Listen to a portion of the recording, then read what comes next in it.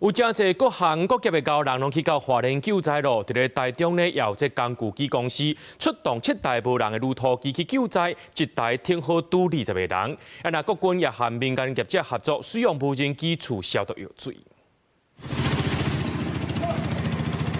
小山鸟把土山凸起来运出厝外，花莲光复乡救灾出现好工具。台中有一间机工具大厂运7台油电混合动力无人载具小山鸟救灾，会当吐100公斤以上，程度效率是人力的20倍。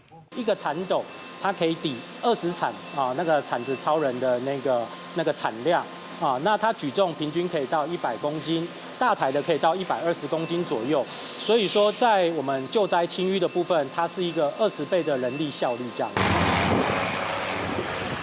国军第3作战区303化学群嘛，甲民间厂商合作，出动无人机伫废弃物甲土山囤积区域进行大范围环境消毒作业，除了科技救灾。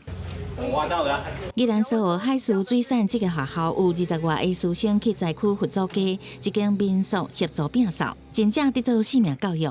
有老师找我们一起去花莲，想说要不要去救灾，他就想说好，就是尽一份小小的心力而已。我觉得除了服务学习之外，也进行了很棒的一场生命的教育。